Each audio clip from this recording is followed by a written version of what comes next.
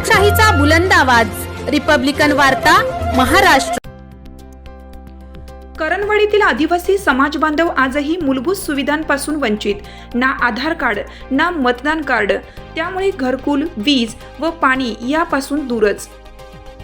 यवतमाळ जिल्ह्यातील मालेगाव तालुक्यातील करणवाडी येथे आदिवासी समाजाचे कुटुंब जवळपास 15 ते 20 वर्षापासून निवासी राहत आहेत, परंतु अजूनही करणवाडीतील आदिवासी बांधवांना ना आधार कार्ड ना मतदान कार्ड नसल्यामुळे त्यांना घरकुल योजना तसेच वीज, पाणी अशा प्रकारच्या कोणत्याच मूलभूत सुविधा मिळत नाहीत।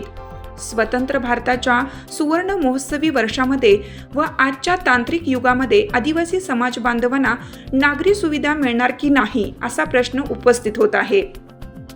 अशा प्रतिक्रिया जिल्हा काँग्रेस कमिटी यवतमाळचे गौरीशंकर खुराना यांनी व्यक्त केल्या आहेत।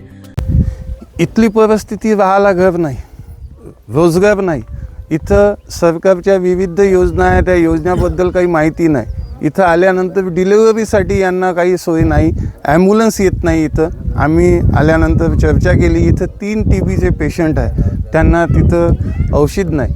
लहान मुलाला जे लसी राहते ते लसी द्यासाठी यांना सोय नाही। म्हणजे खूप विकट परिस्थिती आहे। 77 वर्ष देश स्वतंत्र होऊनही आज असं वाटत आहे का आपला देश स्वतंत्र पूर्णपणे झालेला नाही। तरी सरकारने याची दखल घ्यावी आणि त्वरित या गोष्टीवर लक्ष देऊन या गोरगरिबाचा विचार करून त्यांच्यावर लक्ष घालावं। रिपब्लिकन वार्ता न्यूजसाठी विदर्भ उपसंपादक राजेश ढोले।